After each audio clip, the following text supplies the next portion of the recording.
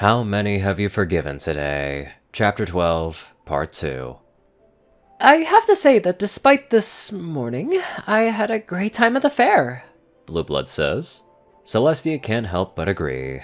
So did I. It's rare for us to go out. I think we should go see the Wonderbolts this year.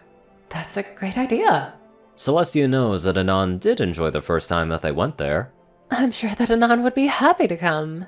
Celestia is so focused with Blueblood that she doesn't see the pony that is walking towards her. Twilight is absorbed in the book that she's reading, so much so that she bumps into Celestia and falls on her flank.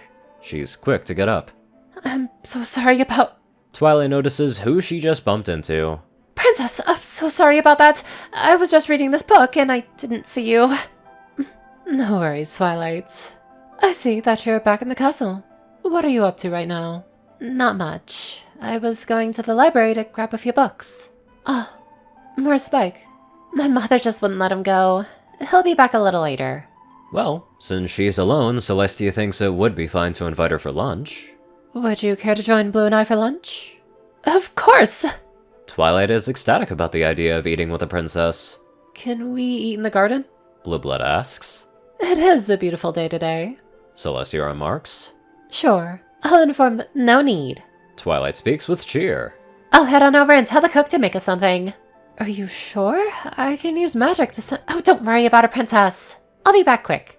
It seems a bit unnecessary for Twilight to go out of her way just to give some pony an order. However, Celestia looks at her student, who is giving her that enthusiastic look. She knows that she can't deny her such a simple task.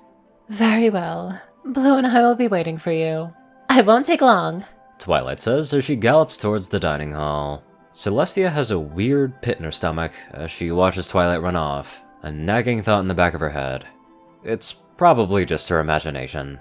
So, what do you eat? Anon asks as Blossom and him take a seat. Meat. She says nonchalantly. Really?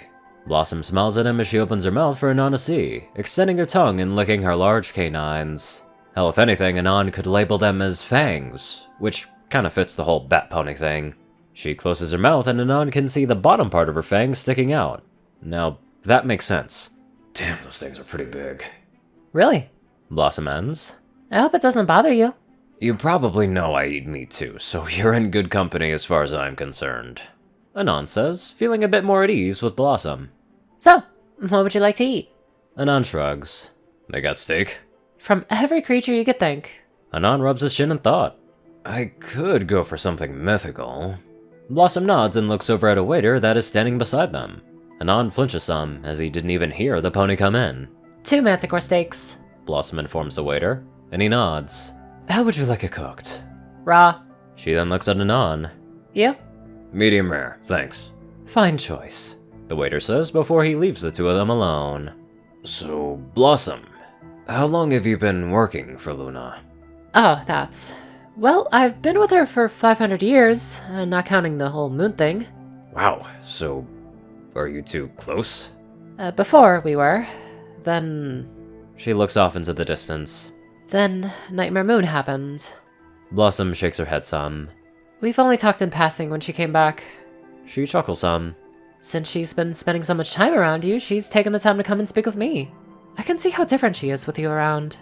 Was it really that bad? Blossom nods. Yeah. Most days she would just stay in her room. I think it was after I sent a few requests about your appearance did she decide to see you. I'm glad you two became friends. It's good to see her happy again. Anon doesn't know what to say.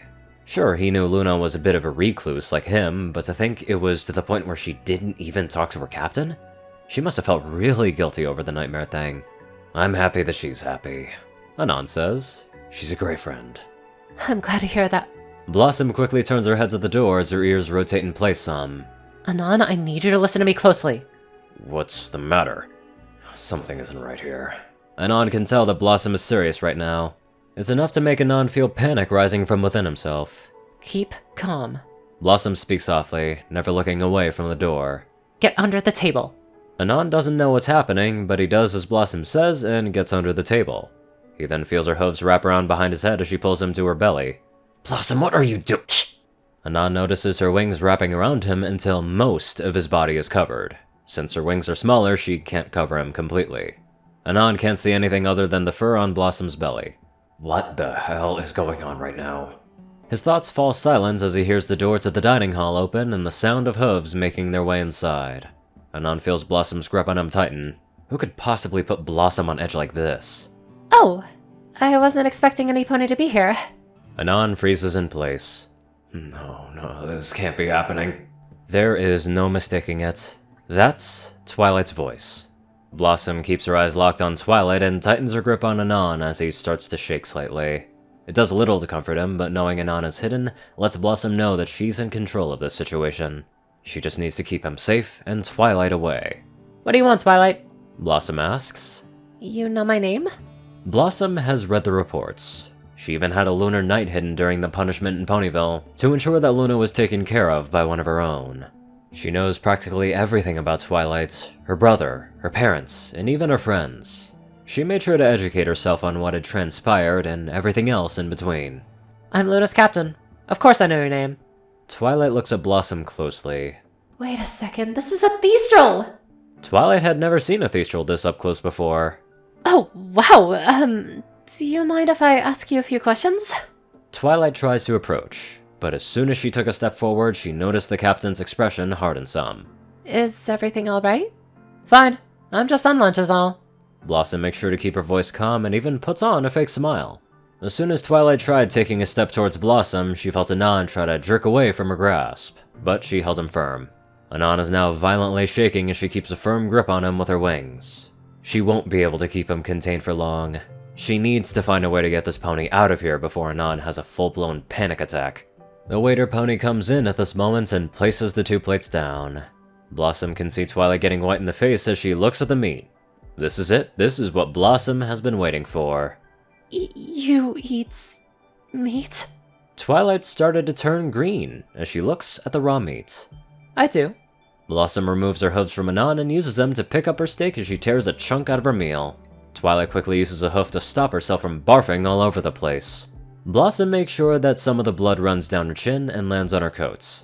The entire scene is very graphic and starts to be too much for Twilight to handle. Maybe we can talk some other time. Twilight forces out. Sure. Twilight is quick to place an order with a waiter and run out into the hall. Blossom is smiling a bit as the door slams closed behind the mayor. She makes sure to extend her hearing for a bit to ensure that Twilight was gone. Once the coast is clear, Blossom looks down to see Anon pressed firmly against her belly. He's breathing heavily, eyes unfocused and shaking like a newborn foal. See something you like? Blossom jokes. Anon doesn't respond. Instead, she feels him wrap his arms around her waist as he holds her tight. Blossom feels a smile on her face as she wraps him in an embrace, leaning down and nuzzling him a bit. It's alright, she whispers. This isn't the first time Blossom has dealt with someone like this. She feels her heart wince slightly at an old memory. She closes her eyes as she holds onto Anon a little tighter. No, she'll keep her promise. She won't let what happened happen. Not again.